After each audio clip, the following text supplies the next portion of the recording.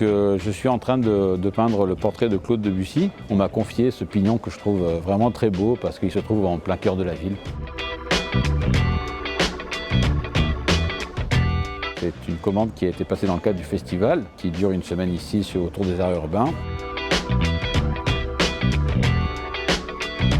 Je fais du street art, on va dire, depuis une dizaine d'années, et ma spécialité en muralisme depuis 4-5 ans.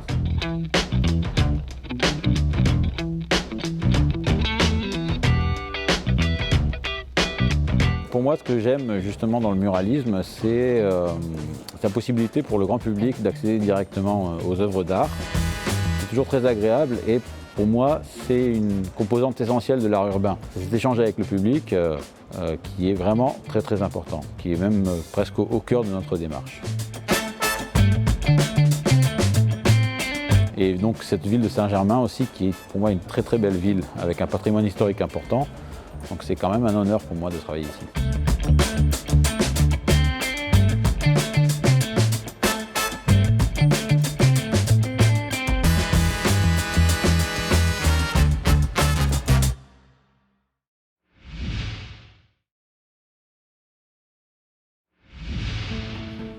J'ai été chargée de mettre en place des nouveaux conseils consultatifs à la ville. En fait, ça date déjà d'il y a quelques temps, puisque nous avions déjà les conseils de quartier qui étaient en marche depuis plusieurs années. Je trouve que c'est quelque chose de très ambitieux que nous souhaitons mettre en place, mais en même temps, pour nous, c'est vraiment extrêmement important que les citoyens et les associations et les acteurs dans chacune de ces thématiques soient impliqués dans nos décisions municipales.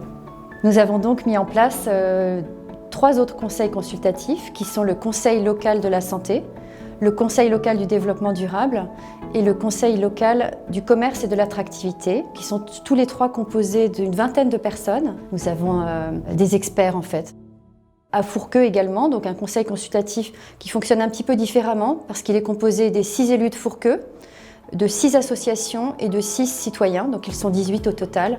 Ils se réuniront à peu près de la même manière. Malheureusement, nous avons dû nous réunir jusqu'à présent en visio, ce qui n'était pas évident, mais on a vraiment souhaité mettre en place ces conseils à l'automne et ça s'est bien déroulé. Chacun a pu prendre la parole et on a senti qu'il y avait vraiment une envie de participer, une envie de s'impliquer, malgré l'outil de visio qui n'est pas confortable. Et donc on est impatient de les réunir à nouveau, cette fois en présentiel, très certainement à l'hôtel de ville pour les conseils locaux que je vous ai cités, et bien entendu à Fourqueux pour le conseil consultatif de Fourqueux.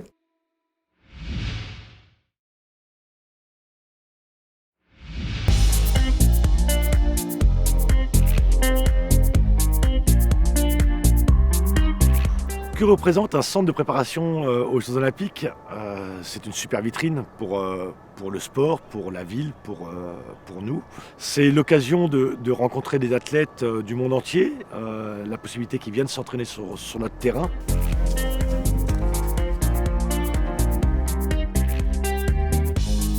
Nous avons donc plusieurs infrastructures qui ont été sélectionnées parce qu'elles répondaient au cahier des charges techniques. Comme vous pouvez le voir, on est sur un terrain de hockey. C'est la nouvelle moquette dernière génération qui sera présente à Tokyo, qui fait qu'on a un des plus beaux terrains de France aujourd'hui. Donc 4 sports ont été sélectionnés sur Saint-Germain-en-Laye. Saint-Germain est relié historiquement au PSG.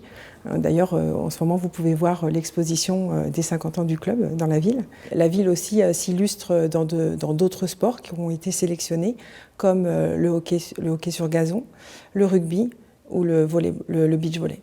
Nous, on a la chance d'avoir des super infrastructures, d'avoir une proximité aussi avec le site des Jeux Olympiques. On compte beaucoup sur les Jeux Olympiques, on compte beaucoup sur cette préparation olympique aussi pour faire connaître notre sport.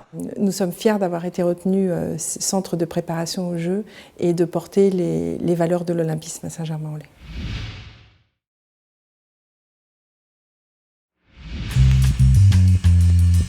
On a plus d'une 50aine d'activités à la clé. La plupart se déroulent en distanciel.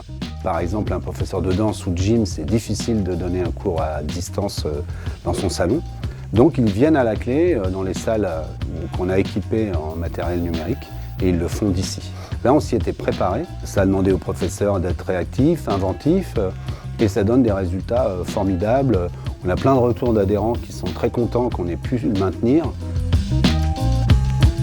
À partir de la semaine dernière, on a repris nos captations, filmer le set d'un artiste ou d'un groupe qu'on accompagne d'habitude et qu'on a envie quand même de continuer à soutenir. On se prépare à ce que le 15 décembre, la plupart des activités reprennent. On ne souhaite qu'une chose, c'est que les gens reviennent. Parce que la Clé, c'est un lieu de vie, c'est un lieu où on se croise, on se rencontre, on fait des choses ensemble. Et puis on a décidé aussi cette année d'être plus attentif à nos adhérents sur la période de Noël. On leur a préparé tout un programme numérique qu'ils pourront faire chez eux, des contes, des jeux, des chansons, des exercices qui peuvent se faire en famille. On essaye de multiplier les façons d'être avec eux, de leur parler, d'échanger. Et on s'aperçoit en fait que les gens sont très friands de ce lien. Ils sont nombreux à nous rejoindre dans les propositions, ils ont plein de choses à nous dire, et quoi qu'il arrive, on est là.